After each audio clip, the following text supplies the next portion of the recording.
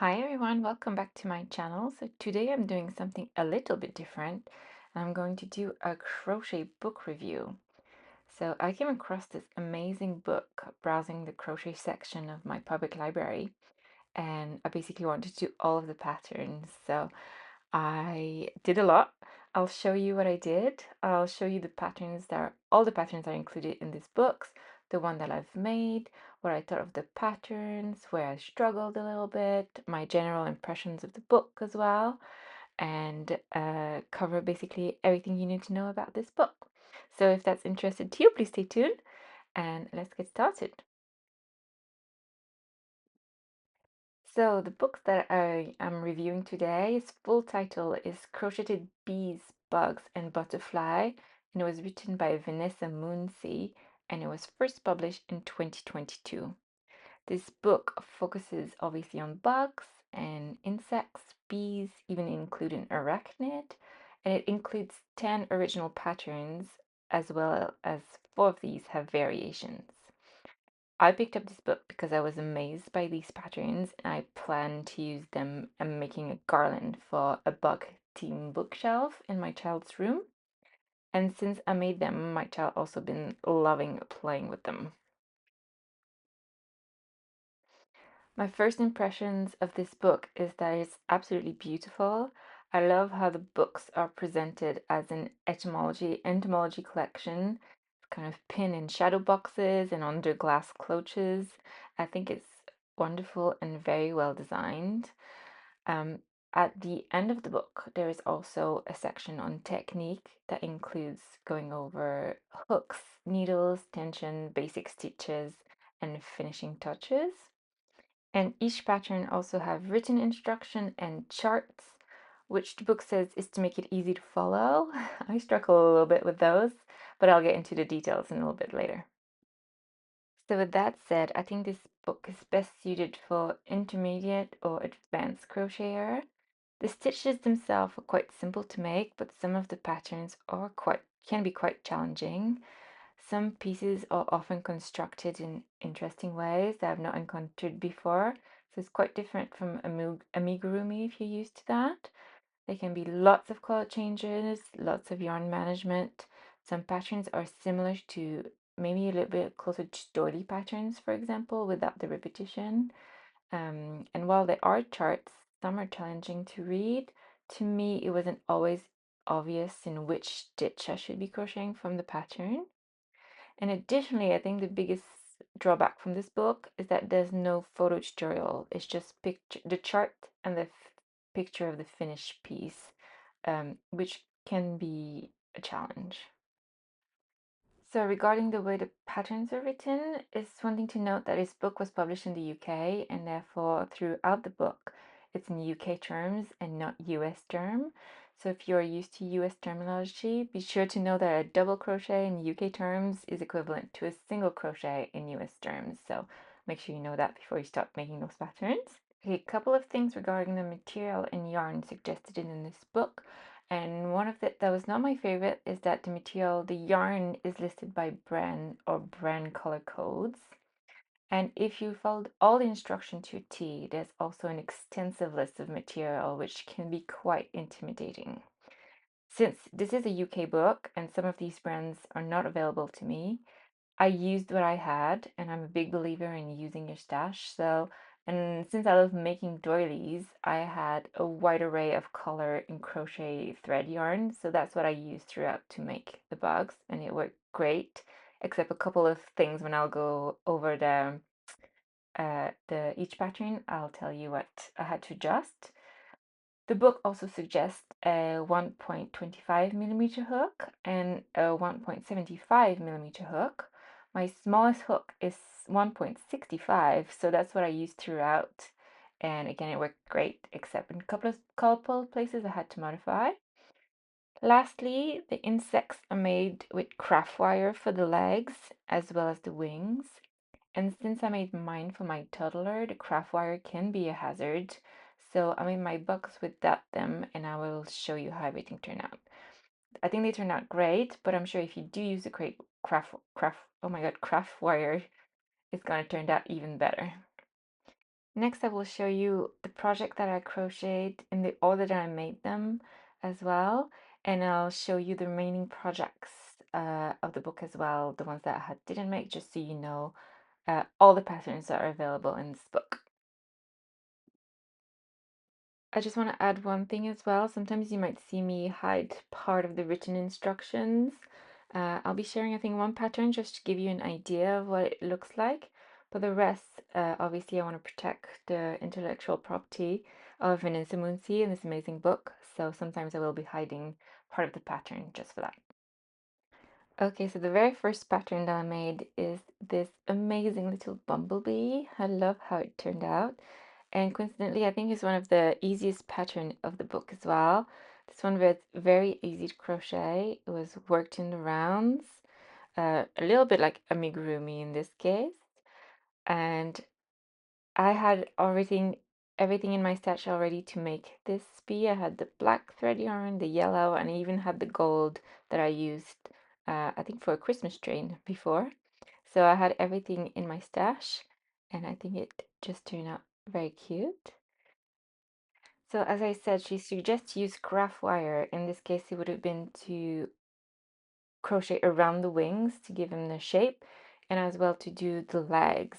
So I just omitted the legs and the around the wings, since I have kind of this metallic thread, it tends to stays up anyway. So I found that I didn't need it. I'm sure it would look even better if you had it. This project is really easy and really quick as well. Most of the projects in this book are really quick to make. I'd say from 30 minutes to an hour. Sometimes I struggle a little bit, so it took a bit longer, but overall, just a very quick project. And last thing, I love the colors she used in the book. The bee, she has 3 different color versions. I really like the one with kind of the rusty end, but I didn't unfortunately have that type of material in my stash, but maybe in the future. Next up is my ladybug, or I guess if you're in the UK, you prefer ladybird. But yeah, as the second one that I made, again, really cute pattern, really quick to make. I did mine, she has 2 versions in her book, one with the wings open and one with the wings closed. The same pattern, just you just close the wings if you prefer it that way. She also uses a lot of scientific wording in our pattern, which is fun. So if you're not too familiar with insects, you'll get introduced to terms like elytra, protonum, cephalothorax, forewings, hindwings, etc. throughout a pattern, which is quite fun. Again, in this case, I again omitted the legs because I didn't want to use craft wire. And the only section that I struggled with here is when she makes you work in the front loops only in a couple of rounds, and then you go back in the back loops left and crochet in those rounds. But they're referred back to the previous round, and then she tells you to do the ladybug this way and then turn it around. So it gets very confusing. I would have just appreciated, say, marked this stitch with a stitch marker or something like that to make it a little bit easier to find which actual back loop she was referring to, because I found that um, a little bit of a struggle. But regardless, I think it turned out great, and I love this pattern overall. Next up, my third pattern that I made from this book is the cicada. That's how mine turned out. Here again, I didn't use the craft wire for the wings or for the legs. I think it looks amazing with the legs and the red bead for the eyes as well. I didn't have that material, so I left mine without any eyes. This pattern was also simple to make and quick. It had the same thing as the ladybug, that you crochet in the front loops and then go back in the back loops, but there's several rows of back loops, so I wasn't never quite sure which one I should be crocheting into. This pattern was easy to follow, but it's formed in an interesting way. You start by crocheting in the rounds, then you have a kind of a break of a couple of rows where you crochet in the rows, and then finish again crocheting in the rounds, which means that you're kind of left with a hole in the middle. It's hard to see because it's black. I'm trying to show you with my thumb. So you're left with kind of a hole in the middle, which is an interesting way of making the shape. But yeah, at the end you just stuff it and then sew that back. So together to finish the piece. So that's how it's crocheted. That's definitely an interesting way of building this shape, but it worked regardless. And here I'm showing you one thing I had to modify because I didn't use probably the material as well as a different hook size that was suggested, which is completely my fault. But I did one of the wings following the instruction with my larger hook, and I came out with it, and it was way too long for the bug. So I did some modification and I just did a smaller wing instead, so it wasn't so long. Next pattern that I made is the dragonfly. I love this one. I think it's so pretty. I think it turned out so nice. I think it looks even better with the legs. I'm not gonna lie. I think it looks amazing with the legs or version. Love the wings, the color of the wings. That's really nice. The pattern was fairly easy to follow as well. I did struggle because you do, I think you work, if I remember correctly, you work the tail in rows and then you sew it together to close it because it's quite small. I decided to stuff my piece after, and if you can stuff it while you're sewing, it will be much easier for you.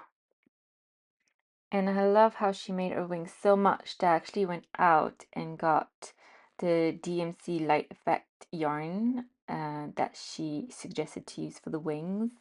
And I absolutely love it. It's a great color, although not easy to work with. So the book doesn't state how much she used. And as I was working my wing, I could see I didn't have very much of the yarn left, of the crochet thread left. So I did my wing smaller than was suggested in the book. And also the book suggests to do a double strand, so I don't know how much she used. But with my wings smaller, I still had to go row out and buy another one because just with one I didn't have enough.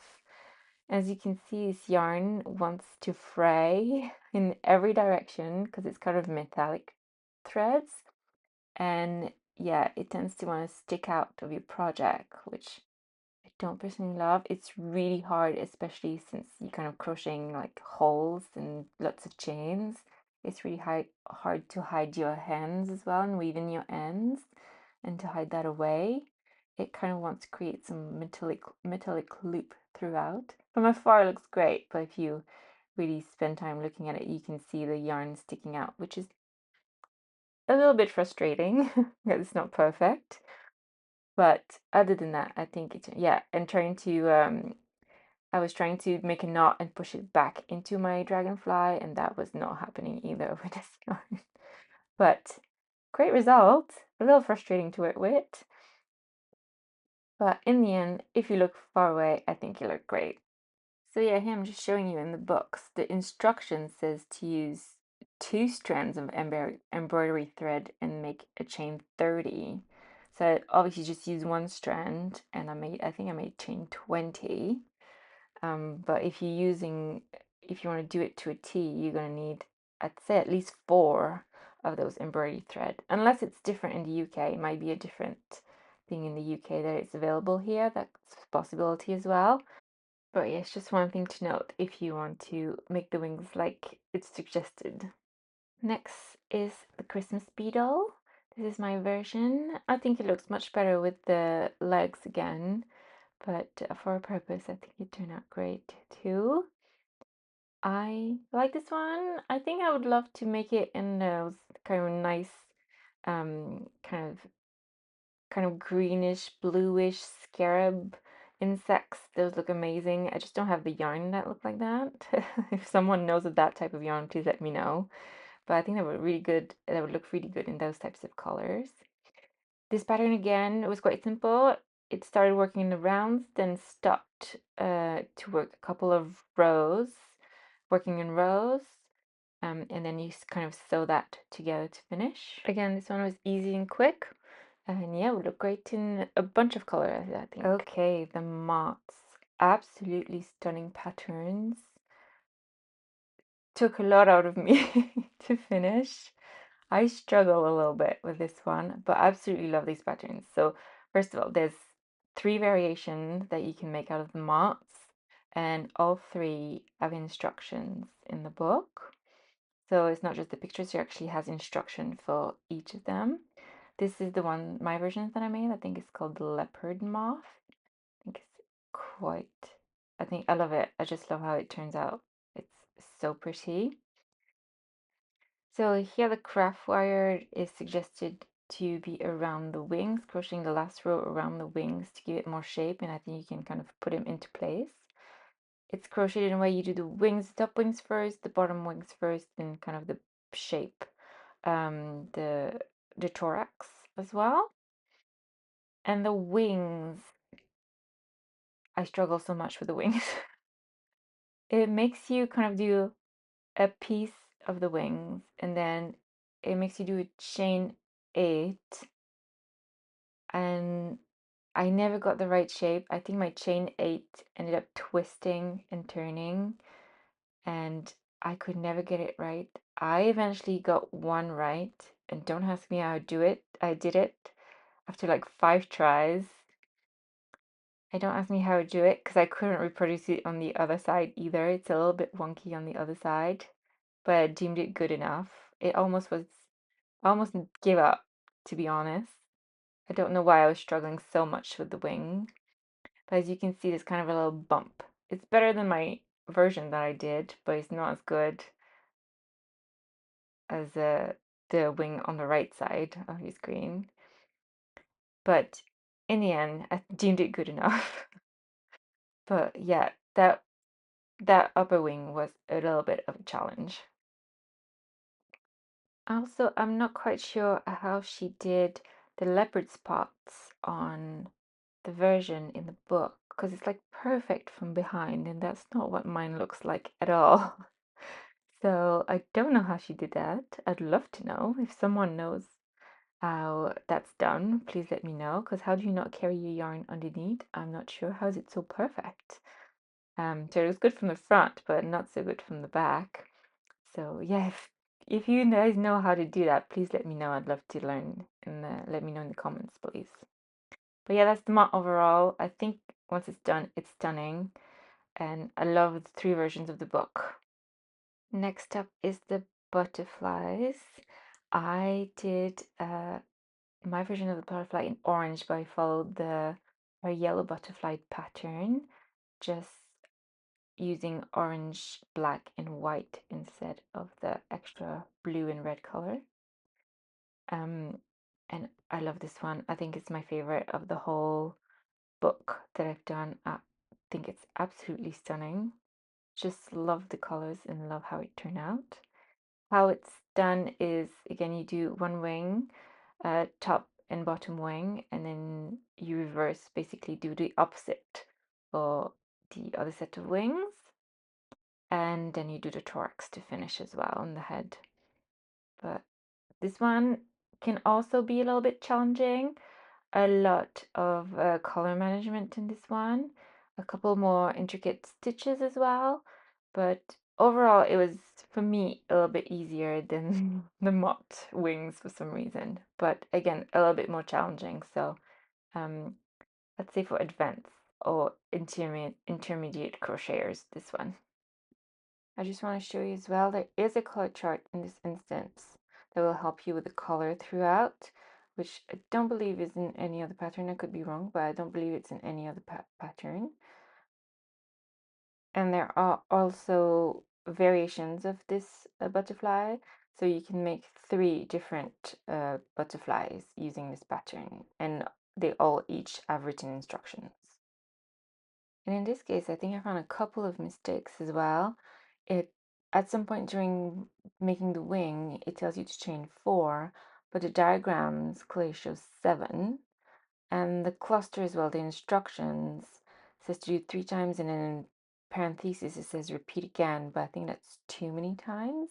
Unless I read it wrong, but I think there was some issue there as well. And one thing with the cluster stitches, although there's a section at and for stitches, the more intricate one, including this one, are not included. So that would have been a great addition to the technique at the end of the book. So overall, I think this is my favorite pattern. I struggle a little bit with the reading of it because it's very intricate, but in the end, if you manage to do it, it's absolutely great. And lastly, do want to show you the three remaining patterns that I did not do for this book. The first of is the praying mantis, which I think is amazing, probably one of the highlights of the book as well. I just don't think it would have looked great without the craft wire, so I decided not to do it. But I think it's amazing. It looks wonderful.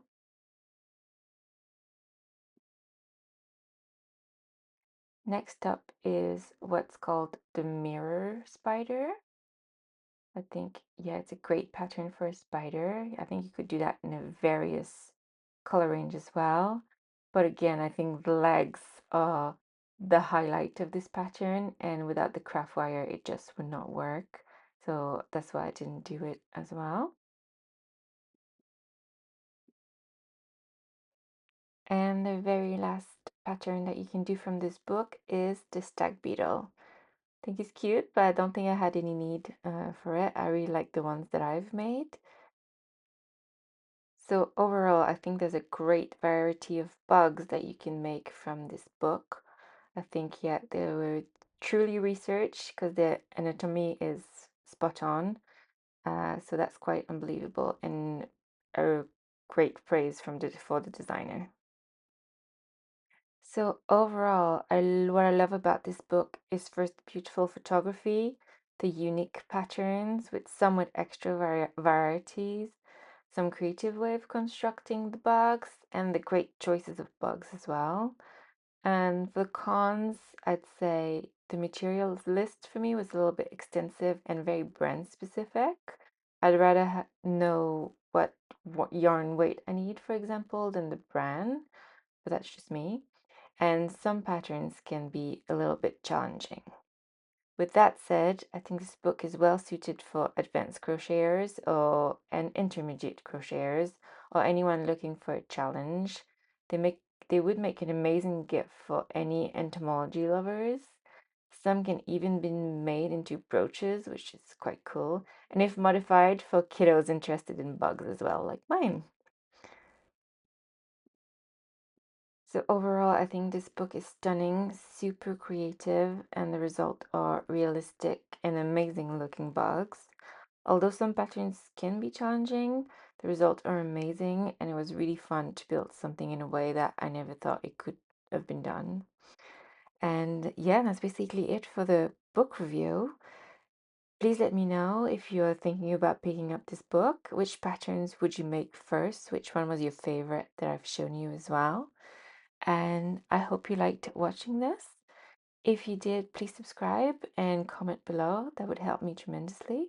And I'll see you in the next video real soon. Thank you for watching.